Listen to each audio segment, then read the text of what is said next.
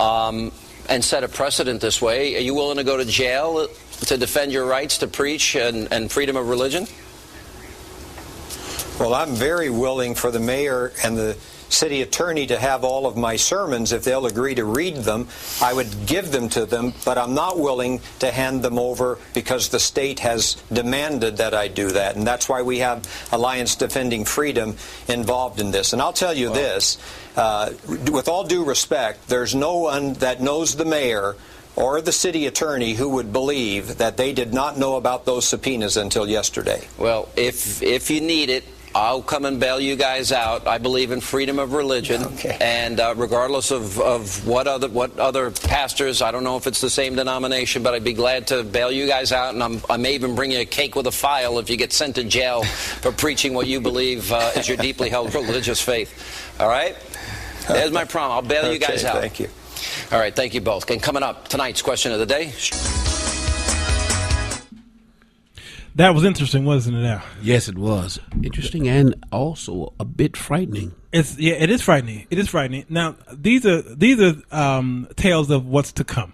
Okay, Yes. This is already happening in Canada. Okay, you can't speak against anything of the LGBT community up there without getting arrested or Wow. So I ain't it's going there. yeah, and there are northern neighbors. So we already have let's see, there's 50 states. Okay, so we already have, I think, over 30 states that are already have legalized, gay marriage. But this is really not so much about a gay issue. Okay, even though they are the ones right now are doing the fighting and getting in and getting y'all changed. They're changing y'all. There's just a small group of people, but they're changing y'all. It's just like Chicago. The Irish has always run Chicago. Mm-hmm. Okay, they ran the police department. Mm-hmm. They ran the fire department. Mm-hmm. Okay, they were the politicians, Mm-hmm. the Irish. Mm-hmm. But yet they were a small percentage population in Chicago. Mm-hmm. Okay, now there's something amazing how when people come together, things happen, which is a segue to where we're going. Well, people equal problems. Uh-huh. And when you have a unity and a united front, it doesn't matter how the size of it. Notice how small a bullet is. Yeah. But its potential and its power against, as opposed to its size, can do great damage. Yeah.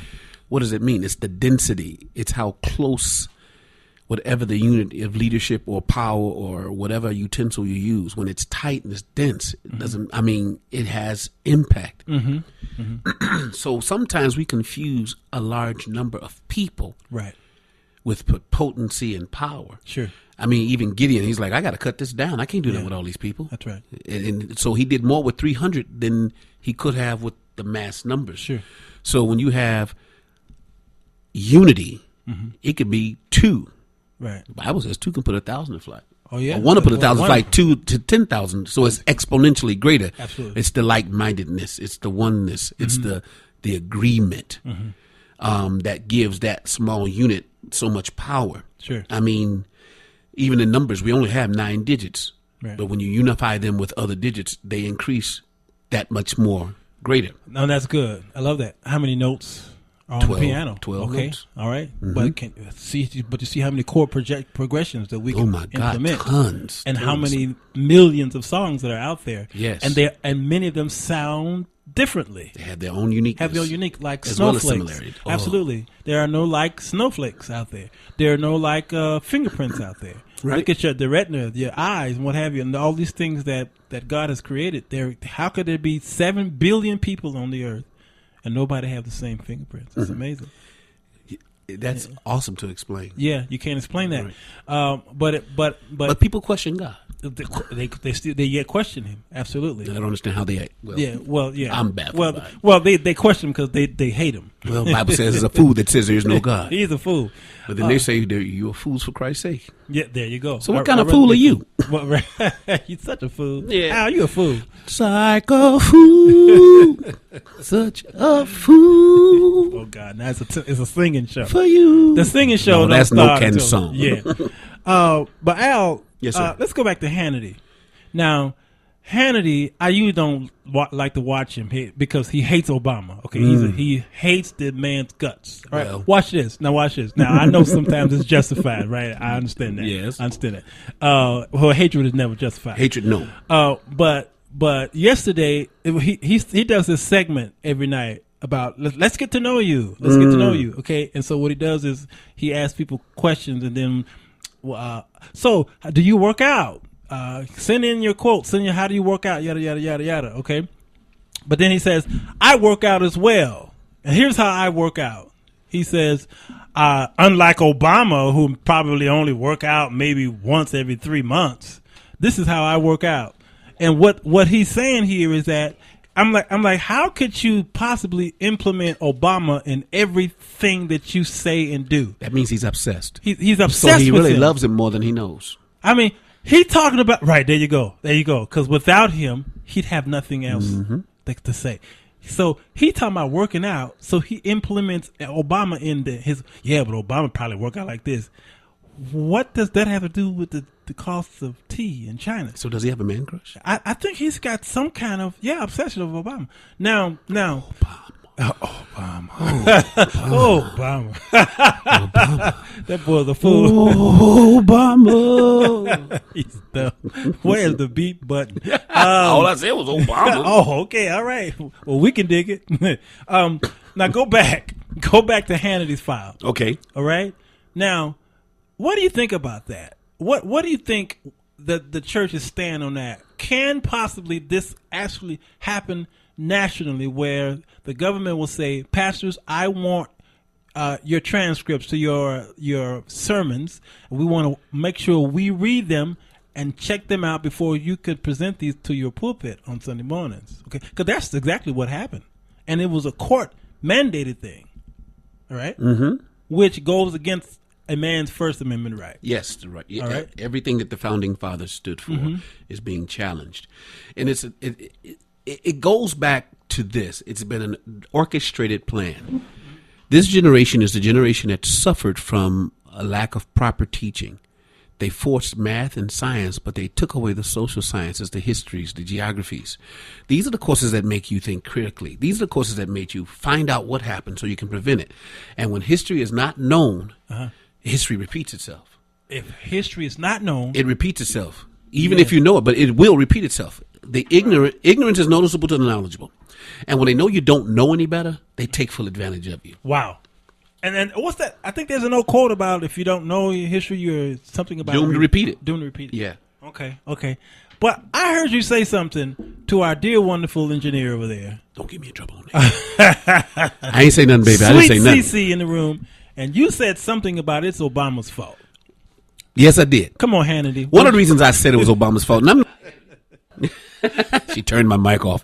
One of the reasons I said that is because they used his popularity, and when they attacked his first run, they attacked his character, his culture, his citizenship, his God, and when he saw that his stance was so liberal and so free, when he allowed them to talk about his pastor, he abandoned his spiritual leader. He ran, yeah. He ran from it. Mm-hmm.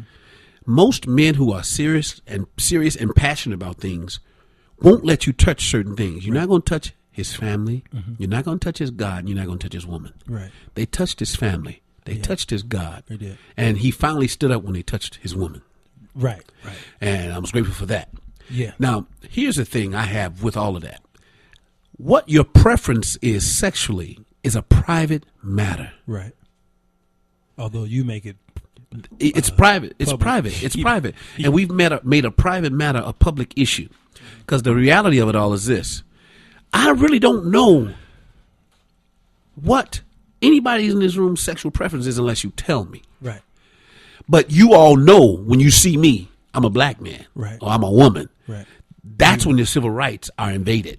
When you are showing me a prejudice based upon how I appear to you. I see.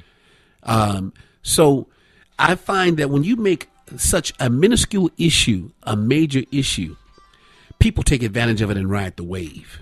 Okay. There are so many other pressing issues. Now, this has snowballed effect into something that the founding fathers wanted to make sure would not happen. Mm-hmm.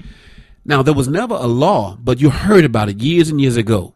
separation of church and state. No, it's not a law. It's never been a law, but you heard about it. Right. They didn't make it a law, but they made sure that the law would define it. Right. So that this country would never have a state religion. Mm-hmm. But it also had protective rights within it to make sure that you could believe and operate and function and worship how you want it. Sure. So if I believe in worshiping trees and the roots of the tree says that whatever doctrine or holy book that I use tells me that I cannot cut down a tree and that anybody who cuts down a tree is going to hell and that I can preach against it, I can. Mm-hmm. Mm-hmm. That doesn't mean you have to accept it or believe it. Right. You don't have to. Right. Here it is now. You have the state ambiguously trying to impose public culture within something that's ancient and well established to make people accept what they like to do and make it a law. So soon you're going to say, I'm required to not just like what you do, but participate in what you do soon. And that's good. And that particular quote about separation of church state was a political statement. Yes, it was a political statement. It was like I think it was a letter or a sermonette or something from one of the presidents. Actually, was writing to a group of people, and it was a political line. So that they, when they were campaigning for office, John Adams, I believe. Yeah, and I could be wrong. And you are wrong. Where's Abronia? Abronia, what did they say? Right. That's our. And it was a protection. It was to protect the church as well as the state. Exactly. Absolutely. So it's separation, but it's also protection. Yes. Okay? Don't get involved in me, and I won't get involved with you. Freedom. Absolutely. If you believe this way, you're free to believe this way. Right. It doesn't mean you have a right to harm physically. Right. Or even speak hatefully. Because, see, we don't hate the sinner. We hate the sin. The sin of it, right. And a lot of us, even though we say we hate the sin, we don't really hate the sin. We just know the sin is wrong. So if God hates it, I do too. Sure. So when I'm fighting you, I'm not fighting you per se. I'm fighting what's in you. I'm fighting the principality. You're fighting what I do. Or principality, because there's something that's within me. Something within me. Oh, Lord, he's saying it again. You're fighting what's within me that's motivating me to do what I'm doing. So the weapons of our warfare are not carnal, but mighty through God. I see. For the pulling down of strongholds, not draws, strongholds. Don't pull down no draws. Keep them up. Okay. I'm not sure how sexuality always gets inserted in our. We're talking about the LGBT. I mean, okay, all right. I see. So basically, I guess I'm married. I can do that. Yeah, you are married, but sorry he's for those not. That ain't. All right, okay. All right. I'm a virgin. Okay, I'm still a virgin. Like Yes, I have 3 children, but I reverted back to virginity. Okay, miracles do happen. Guten Tag. So listen, now watch this, man. Okay. Now you think that this is going to happen worldwide, not worldwide, nationwide. You think that this attack is going to be even harder? Well, the good thing of this is, it's going to spawn an awareness and a rebellion. Because as I look at an article, it said that tons of petitions with tons of signatures were signed to repeal this law. But the state... Which law? The law, the one in Texas? Yes, the law in Texas. But they threw it petitioners out. Absolutely. Why do you think they threw it out?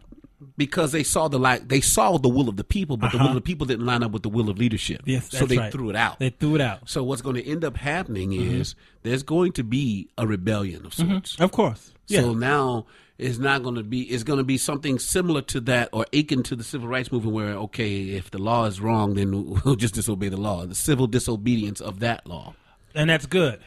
The flip side of that is the church will be silent. The church can't be silent. The church has to become noisier. And they will be silent. Which is the reason why we have the law today. They're silent now. Yeah, they're silent now. They need to open up. There are 2 things that happened to us because the church was silent. Loud. Yes, yeah. I mean, when they got prayer out of school, it's not so much because of Madam O'Hare's. It's more so of what we didn't do opposed to what she did do. Does that make sense? Yes. The passivity. Absolutely. The passivity. Yes. I call it escapism. Okay. That's the passivity of church leadership. The passivity of even individuals. Yes, that's good. If you just tuned in, this is the Sir Walter Jones Show, and me and Al sitting here with some coffee, and we're just talking. We're just shooting the breeze. And if you're by the fireside, this is the fireside chat. Fireside Friday. Yeah, if it's Fireside Friday. Yeah, we Matter of calling fact, it down. That's you the know, title of it. Yes. That's not a bad idea, Al. Fireside Friday. Fireside Friday. Yeah. Yeah.